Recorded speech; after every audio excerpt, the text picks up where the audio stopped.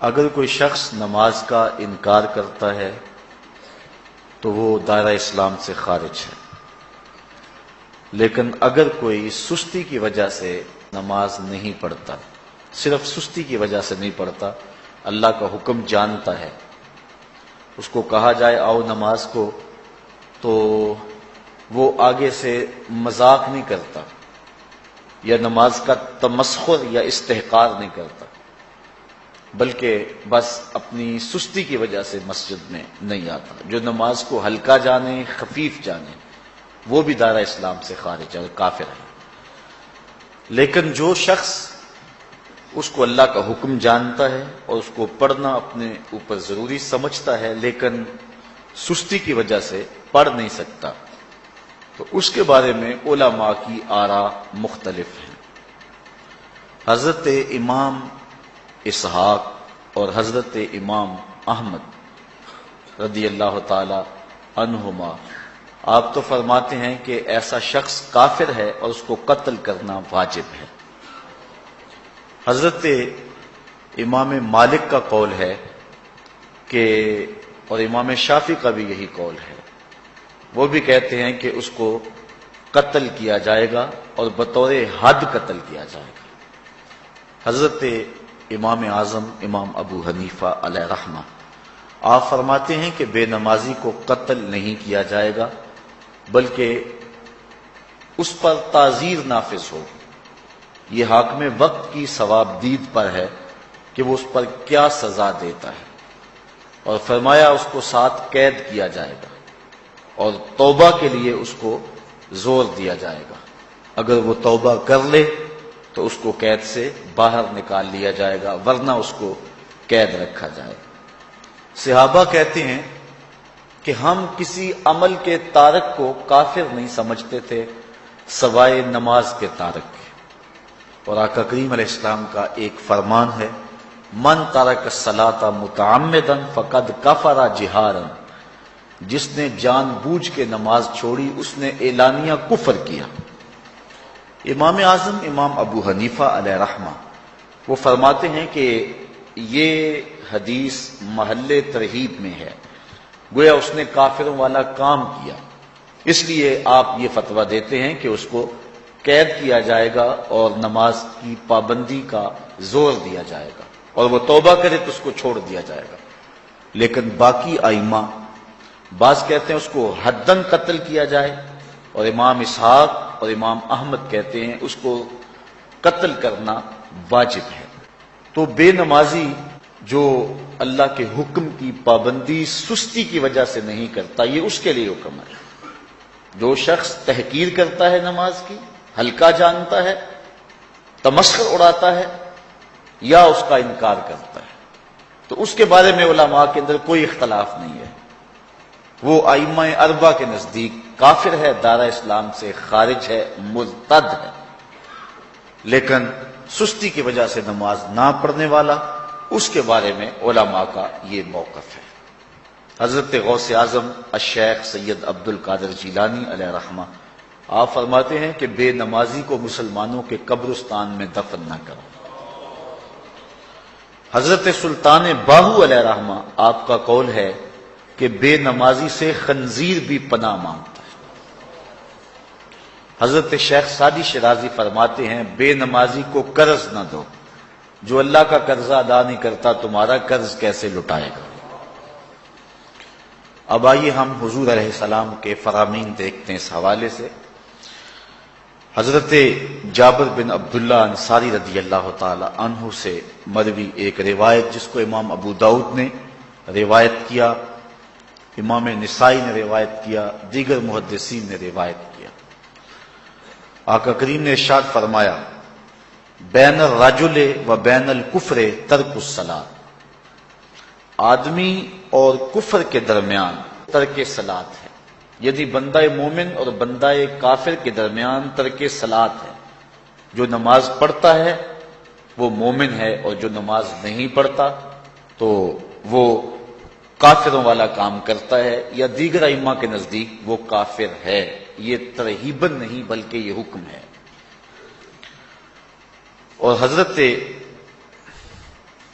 نبی رحمت صلی اللہ علیہ وسلم کا ایک دوسرا فرمان ان الفاظ کے ساتھ ہے، بین الرجل و بین الشرک والکفر ترک الصلاۃ، شرک و کفر اور بندہ مومن کے درمیان نماز ترک کرنا ہے۔ حضرت امام ابن ماجہ نے ان الفاظ کے ساتھ روایت کو نقل کیا ہے، بین الکفر والایمان ترک الصلاۃ، ایمان اور کفر کے درمیان نماز کا ترک کرنا ہے۔ اور آقا کریم علیہ السلام کا وہ فرمان جو حضرت انس سے مروی ہے، جس کو طبرانی نے اپنی موجم میں لکھا، بھی آپ کے سامنے میں نے رکھا، کہ حضور نے فرمایا من ترک الصلاۃ متعمدا فقد کفر جہارا، جس نے جان بوجھ کے نماز چھوڑی اس نے اعلانیہ کفر کیا۔ حضرت ابو ہریرہ رضی اللہ تعالی عنہ سے ایک روایت ہے کہ وہ فرماتے ہیں، لا سہم فی الاسلام لمن لا صلاۃ ولا صلاۃ لمن لا وضوء لہ، کہ اس شخص کا اسلام میں کوئی حصہ نہیں ہے جو نماز نہیں پڑھتا، اور اس شخص کا نماز میں کوئی حصہ نہیں ہے جو وضو نہیں کرتا۔ وضو کے بغیر نماز نہیں ہوتی اور نماز کے بغیر اسلام نہیں ہوتا۔ اور اسی روایت کو بالفاظ دیگر حضرت عبداللہ ابن عمر رضی اللہ تعالی عنہ نے حضور سے یوں روایت کیا ہے، طبرانی نے اپنی موجم میں اس کو لکھا، لا ایمان لمن لا امانتہ ولا صلاۃ لمن لا طہور لہ ولا دین لمن لا صلاۃ لہ۔ حضور فرمایا کہ اس شخص کا ایمان نہیں جس میں امانت نہیں، اور اس شخص کی نماز نہیں جس کو پاکیزگی حاصل نہیں، اور اس شخص کا دین نہیں جس کو نماز نصیب نہیں۔ حضرت امام ابن ماجہ نے اس روایت کو اپنے الفاظ کے ساتھ روایت کیا ہے۔ حضرت بریدہ رضی اللہ تعالیٰ عنہ اپنے باپ سے روایت کرتے ہیں اور وہ حضور سے روایت کرتے ہیں۔ حضور علیہ السلام نے ارشاد فرمایا، ان العہد الذی بیننا وبینہم الصلاۃ فمن ترکھا فقد کفر، کہ ہمارے اور ان لوگوں کے درمیان جو معاہدہ ہے وہ نماز کا ہے، جس نے نماز کو چھوڑ دیا اس نے کفر کیا، یعنی ہمارا اور ان کا پھر اب معاہدہ باقی نہیں رہے گا۔ حضرت امام بخاری نے روایت نقل کی ہے، حضور نے ارشاد فرمایا، من ترک الصلاۃ العصر فقد حبط اعمالہ، جس نے عصر کی نماز چھوڑی اللہ اس کے سارے عمل برباد کر دیتا۔ حضرت ابو ہریرہ رضی اللہ تعالی عنہ سے روایت ہے جس کو امام ابن ماجہ نے اور امام نسائی نے روایت کیا ہے، وہ حضور سے روایت کرتے ہیں، بڑی مشہور روایت ہے۔ حضور نے ارشاد فرمایا، ان اول ما یحاسب بہ العبد بصلاتہ فان صلحت فقد افلح وانجح وان فسدت فقد خاب وخسر۔ فرمایا قیامت کے دن بندے سے سب سے پہلا حساب نماز کا لیا جائے گا، اگر اس کی نماز ٹھیک ہو گئی تو وہ فلاح پا گیا، اگر پہلا تول ٹھیک آ گیا تو وہ کامیاب ہے، وانجح اور نجات پا گیا، وان فسدت فقد خاب وخسر، اور اگر پہلا تول ہی ٹھیک نہ ہوا تو پھر وہ ذلیل و رسوا ہو گیا۔ حضرت عبادہ بن صامت رضی اللہ تعالیٰ عنہ سے ایک طویل روایت ہے، وہ کہتے ہیں کہ حضور علیہ السلام نے مجھے 7 چیزوں کا حکم دیا، مجھے وصیت کی کہ ان 7 کاموں کو کرنا ہے۔ ان کے اندر جو دوسری چیز تھی وہ حضور نے یہ ارشاد فرمائی، وَلَا تَتْرُكُوا الصَّلَاةَ مُتَعَمِّدِينَ فَمَن تَرَكَهَا مُتَعَمِّدًا فَقَدْ خَرَجَ مِنَ الْمِلَّةِ، کہ جان بوجھ کے کبھی نماز نہ چھوڑنا، جس نے نماز چھوڑی وہ ملت اسلامیہ سے نکل گیا۔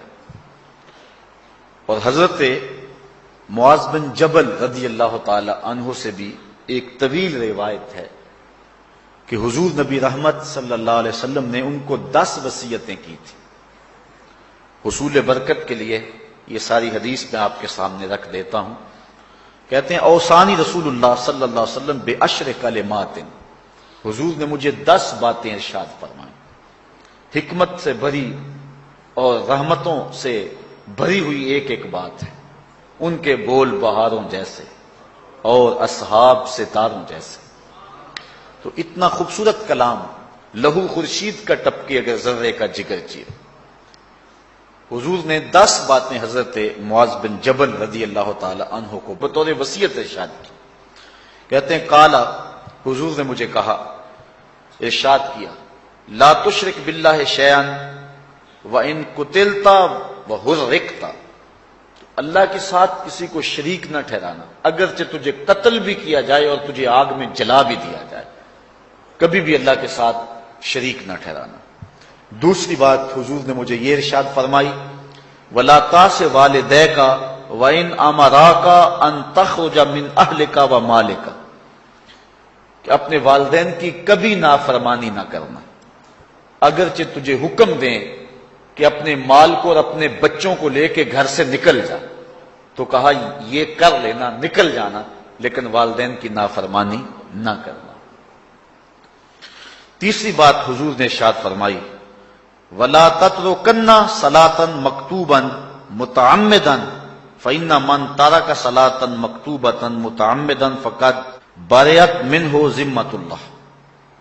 فرمایا اے معاذ بن جبل، فرض نماز جان بوجھ کر کبھی بھی نہ چھوڑنا، زندگی میں کبھی نہ ہو کہ تجھ سے فرض نماز چھوٹے، اس لیے کہ جس نے فرض نماز جان بوجھ کے چھوڑ دی، اللہ اور اس کے رسول نے اس سے اپنا ذمہ اٹھا لیا. اب وہ جدھر مرضی جائے، اللہ نے جو ذمہ لیا ہوا ہے مومن کا، اللہ اٹھا لیتا ہے.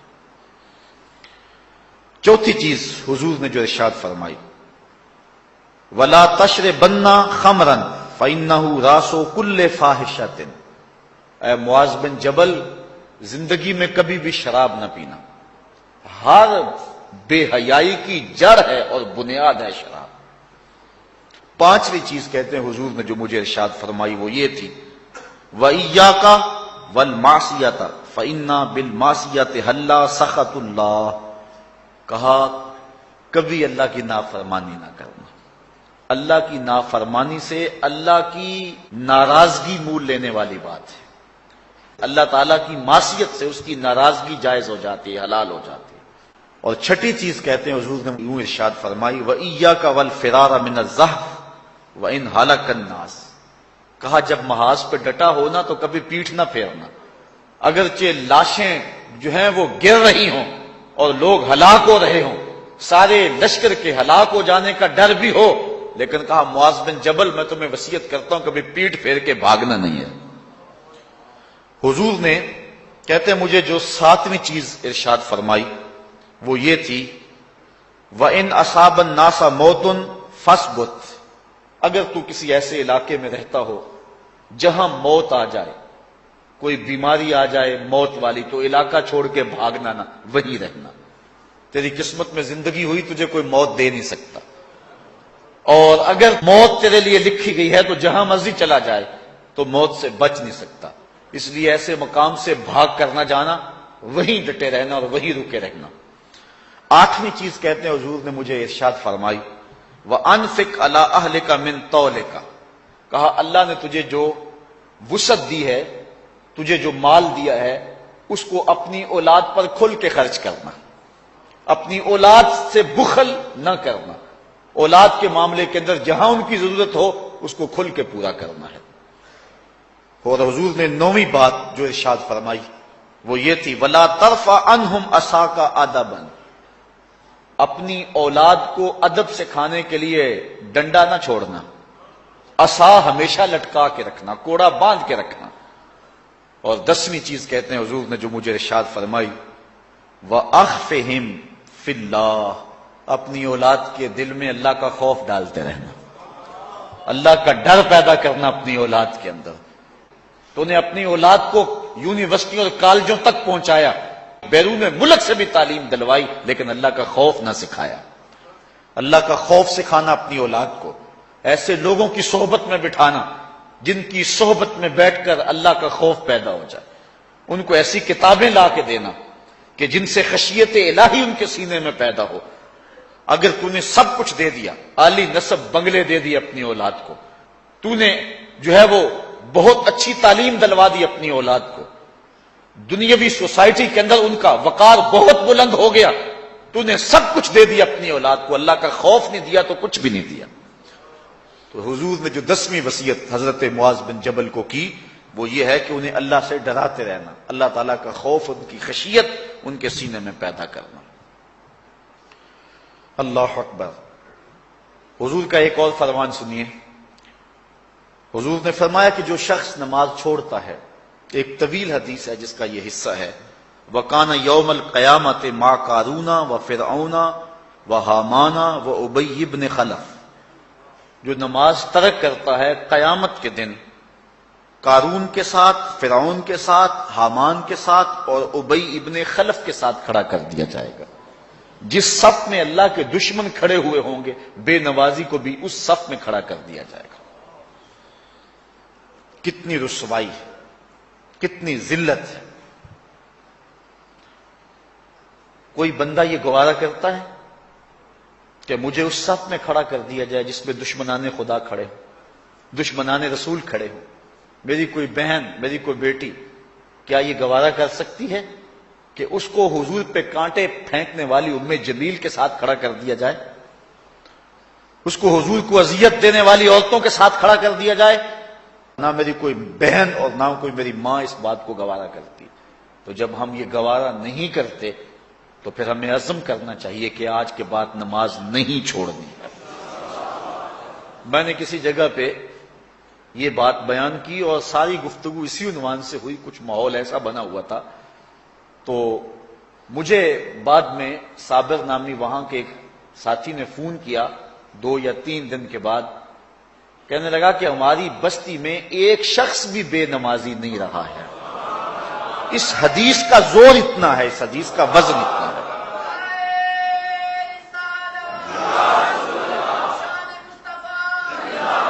تو کوئی شخص یہ گوارا کرتا ہے کہ مجھے دشمنان خدا کی صف میں کھڑا کر دیا جائے، جن دشمنوں کے چہروں پہ تارکول ملی ہوئی ہوگی اور ان پر لعنتیں برس رہی ہوں گی، اور دنیا کے اوپر سب سے رسوائی زیادہ ان لوگوں کو ہوگی، تو کوئی شخص بھی یہ گوارا نہیں کرتا۔ ہم تو ان کے سائے سے بھی بچنا چاہتے ہیں۔ میرے مالک، ہمارا حشر ان کے ساتھ نہ کرنا، ہمارا حشر تو ابو بکر عمر کے ساتھ کرنا، ہمارا حشر تو عثمان غنی کے ساتھ کر دینا، ہمارا حشر تو مولا کائنات کے ساتھ کر دینا۔ مالک، ہمارا حشر بریلی کے امام احمد رضا کے ساتھ کر دینا، ہمارا حشر امام غزالی کے ساتھ کر دینا، بلال حبشی کے ساتھ کر دینا۔ ہماری آرزویں تو یہ ہیں، ہماری تمنائیں تو یہ ہیں۔ ہم تو کہتے ہیں مولا کل قیامت کے دن اٹھے تو داتا کے قدموں میں اٹھیں، خواجہ اجمیری کی چوکھٹ سے اٹھیں، ہم اٹھے تو شاہ نقشبند بخاری کا جلوس آگے ہو، ہم اس جلوس کے ساتھ شامل ہوں، خواجہ معین الدین چشتی کی غلامی میں اٹھے، ہم حضرت غوث اعظم کی نوکری میں اٹھیں، حضرت شیخ شہاب الدین کی نوکری میں اٹھیں۔ ہماری آرزویں تو یہ ہیں، ہماری تمنائیں تو یہ ہیں، لیکن اگر ہم یہ چاہتے ہیں کہ ہم ان لوگوں کے ساتھ اٹھیں تو پھر ایک نماز بھی ترک نہیں کرنا ہوگا، اور اگر نماز ترک ہو گئی تو کتنی بڑی سزا ہے، کتنی بڑی رسوائی ہے، کتنی بڑی ذلت ہے، اور یہ آپ کے رسول کا فرمان ہے۔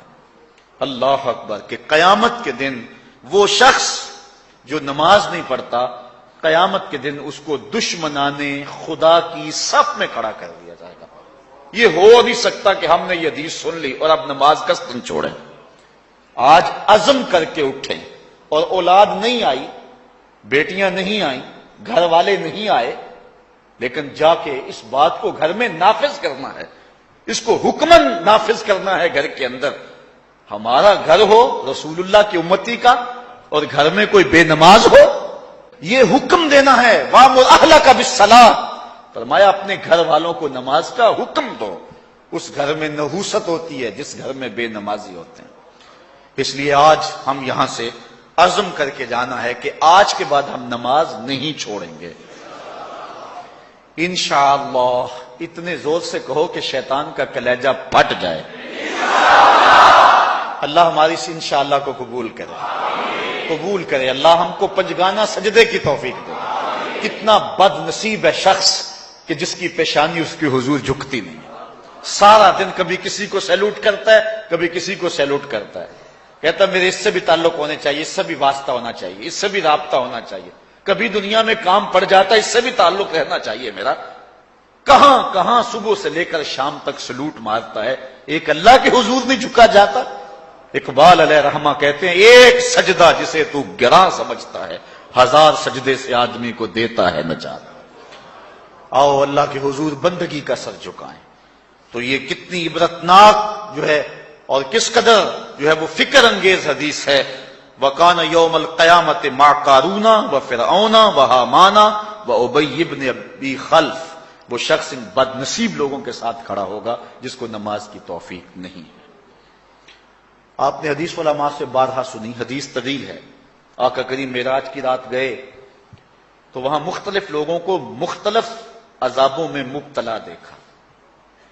کسی کی انتڑیاں کٹ کٹ کے گر رہی تھی، کسی کا منہ چیرا جا رہا تھا، کسی کی زبان لوہے کی کینچیوں سے کاٹی جا رہی تھی، کسی پر کھولتا ہوا پانی ڈالا جا رہا تھا، کوئی جو ہے وہ سرانڈ والا گوشت کھا رہا تھا، کسی کے جسم میں لوہے کی میخیں ٹھونکی جا رہی تھی. لیکن ایک قوم کو حضور نے دیکھا، ایک بھاری پتھر سے ان کا سر کچلا جاتا ہے اور پتھر کے واپس آنے تک دوبارہ صحیح ہو جاتا ہے، پھر کچلا جاتا ہے. حضرت جبریل امین سے حضور نے فرمایا کہ یہ کون لوگ ہیں؟ یا جبریلو من ہاؤلائے، یہ لوگ کون ہیں کہ ان کے سر پتھروں سے کچلے جا رہے ہیں؟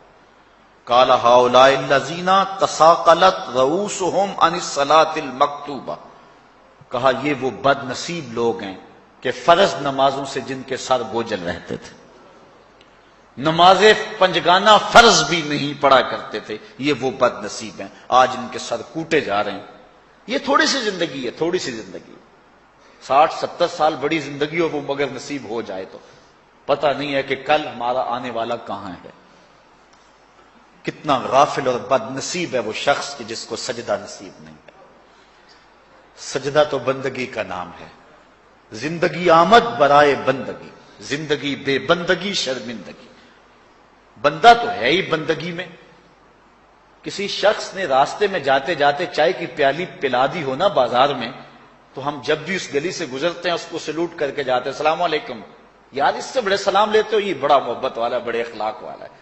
یار جس نے چائے کی پیالی پلا دی ایک مرتبہ، اس کو تو جاتے آتے سلام کر کے جاتے ہو. جس رب نے زندگی بخشی ہے، جس رب نے جو ہے وہ ساری بہاریں عطا کی ہیں، اس کے حضور میں جھکا جاتا ہے. کتنا متکبر شخص ہے جو اللہ کے حضور میں جھکتا. اللہ اکبر. کہا یہ وہ بد نصیب لوگ ہیں فرض نمازوں سے جن کے سر بوجھل رہا کرتے تھے. اللہ اکبر. حضور نبی رحمت صلی اللہ علیہ وآلہ وسلم نے ارشاد فرمایا، نماز چھوڑنا تو خیر بہت بری بات ہے.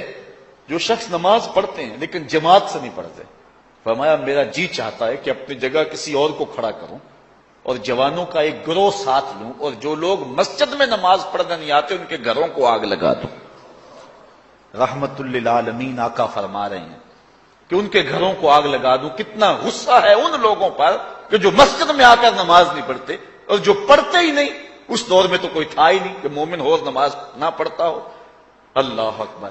تو مومن نماز ہی پڑھتے تھے. تو اگر کسی سے گھر میں نماز پڑھی گئی تو فرمایا میرا جی چاہتا ہے. آج نماز تو نماز رہی، ہم کو تو جمعہ بھی نصیب نہیں ہے. کتنے لوگ ہیں کہ جو پابندی کے ساتھ نماز جمعہ بھی نہیں پڑھتے ہیں. حضور کا ایک فرمان سنیے. آقا کریم نے ارشاد فرمایا من ترک الجمعۃ ثلاث جمع متوالیات فقد نبذ الاسلام وراء ظہرہ. جس نے بغیر کسی عذر کے 3 جمعے چھوڑ دیے اس نے اسلام کو اپنی پشت کے پیچھے ڈال دیا. اس نے پرواہ ہی نہیں کیا اسلام کی. اور ایک حدیث کے لفظ ہیں من ترک ثلاث جمعات من غیر عذر کتب من المنافقین. جس نے بغیر کسی عذر کے 3 جمعے چھوڑ دیے اس کا نام منافقوں کی فہرست میں لکھ دیا جاتا. اور ایک حدیث کے لفظ اس حوالے سے ہیں من ترک ثلاث جمع تہاونا بها طبع اللہ علی قلبہ. جس نے سستی کی وجہ سے 3 جمعے چھوڑ دیے تو اس کے دل پر اللہ غفلت کی مہر لگا دیتا ہے. یہ وہ بد نصیب شخص ہے کہ جو نماز جمعہ چھوڑتا ہے. حضرت ابن حجر نے الزواجر کے اندر ایک روایت لکھی ہے.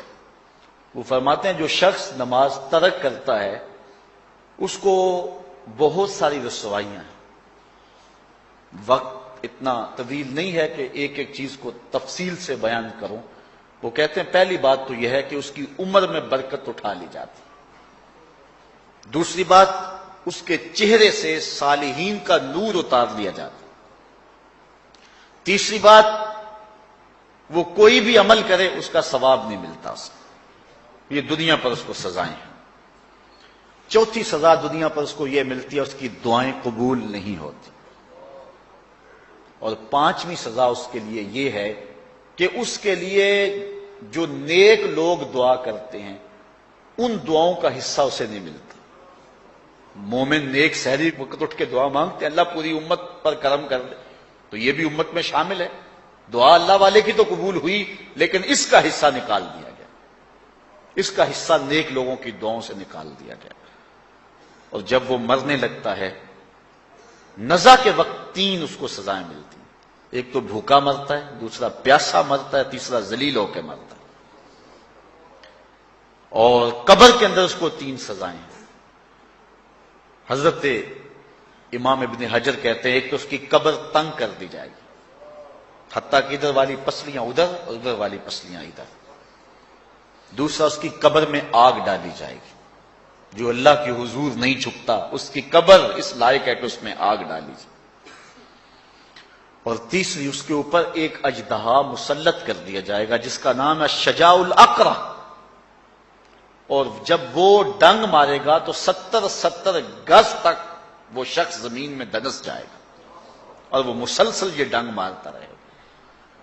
اور کہا کہ تین سزائیں اس کو حشر میں پہنچیں گی۔ ایک تو اس کا حساب سختی سے لیا جائے گا، اور جس کا حساب سختی سے لیا گیا وہ بچ پائے گا؟ حساب سے بچے گا وہ جس سے اللہ صرف نظر کرے گا۔ اللہ اکبر۔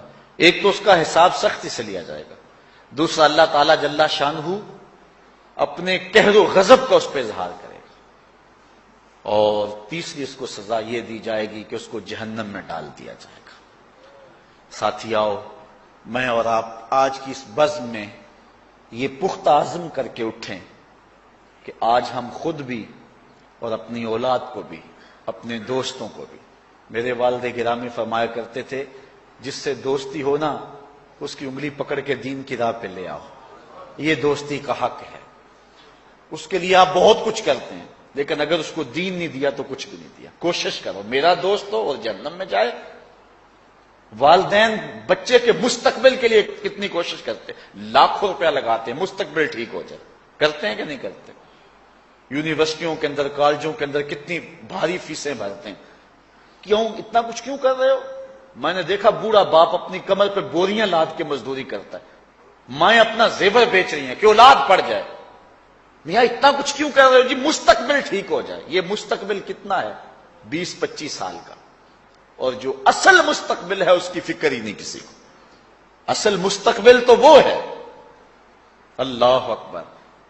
بیرون ملک جائے بیٹا تو ماں کہتی ہے بس دعا کرو کہ میرا بیٹا خیریت سے پہنچ جائے۔ بیٹی کی شادی کرتی ہے تو ماں کہتی ہے دعا کرو کہ اپنے گھر میں اس کو چین مل جائے۔ کسی کا انٹرویو ہوتا ہے، لوگ کہتے ہیں جناب دعا کرو کہ اس انٹرویو میں وہ کامیابی سے گزر جائے۔ میں کہتا ہوں جب قبر میں اترتا ہے پھر کسی نے آ کر کبھی نہیں کہا کہ دعا کرو مشکل گھڑی آ گئی ہے خیریت سے گزر جائے۔ اصل امتحان تو یہ ہے، اگر اس امتحان سے گزر گیا تو کامیابی اور بامرادی۔ یہ تھوڑا سا مستقبل دنیا کا، اس کے لیے ہم کتنے پیسے لگا دیتے ہیں۔ سب کچھ اولاد کو آتا ہے، ہر شے فر فر پڑھتے اور بولتے ہیں، دعائے قنوت بھی نہیں آتی ہوتی۔ تو ہم اپنی اولاد کے لیے دین کا تحفہ اس کو کبھی نہ چھوڑیں۔ اللہ اکبر۔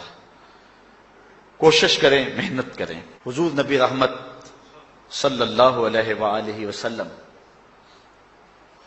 نے ان بد عمل واعظین کی بات بھی کی ہے کہ جو لوگوں کو نیکی کا حکم دیتے ہیں اور خود اس پہ عمل نہیں کرتے۔ آج ہمارے کچھ واعظین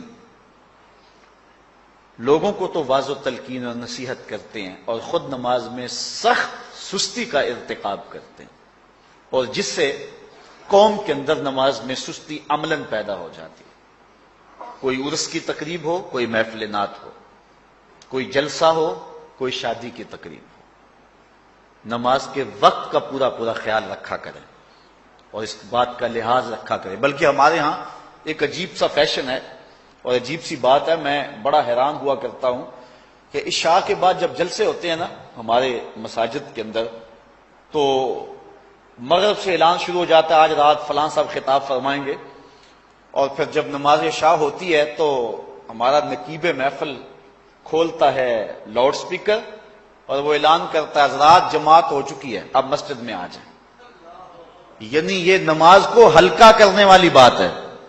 ان کو کہا جا رہا ہے کہ بلکہ بات تو کہہ دیتے ہیں جس کا تمہیں ڈر تھا وہ گزر گئی ہے، اب آ جاؤ، کیا لینا ہے جلسے میں آ کر اگر نماز ہی نہیں پڑھنی ہے تو۔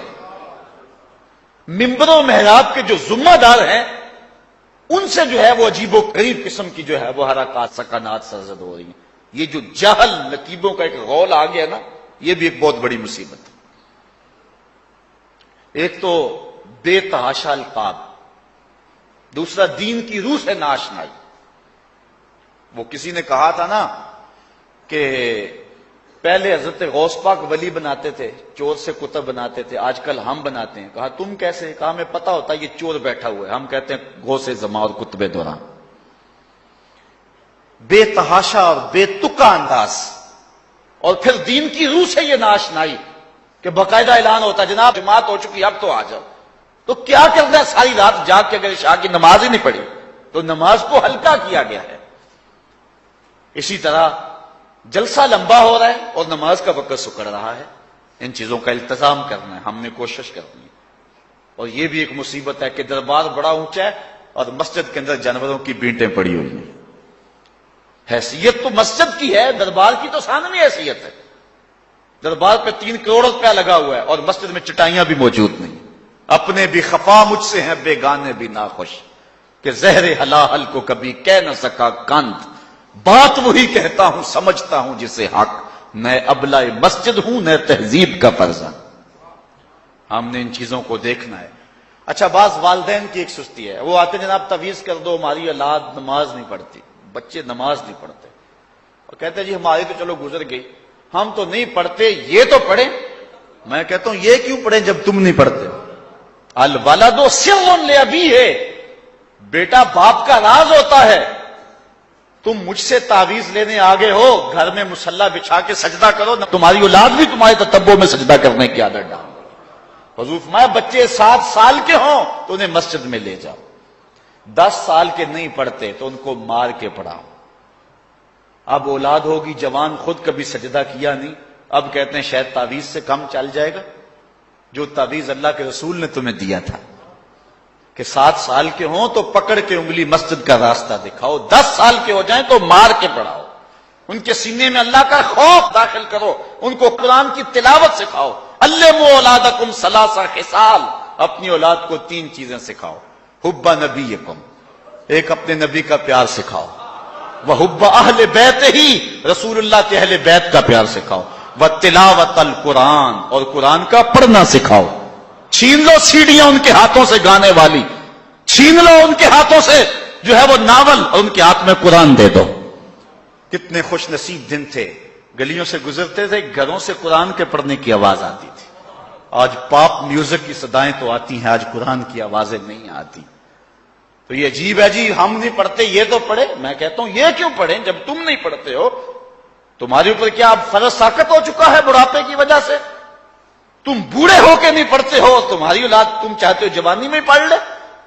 تم خود اللہ کے حضور سجدہ کرو اور پھر دیکھنا تمہارے تتبع میں، تمہاری اتباع میں تمہاری اولاد بھی تمہاری پیچھے پیچھے ہوگی۔ اللہ اکبر۔ صاحب اس عنوان سے کہنے کے لیے بہت کچھ ہے۔ اللہ تعالیٰ جل شانہ اپنی رحمتیں عطا فرمائے۔ اعلی حضرت سے 2 لوگوں نے فتویٰ پوچھا۔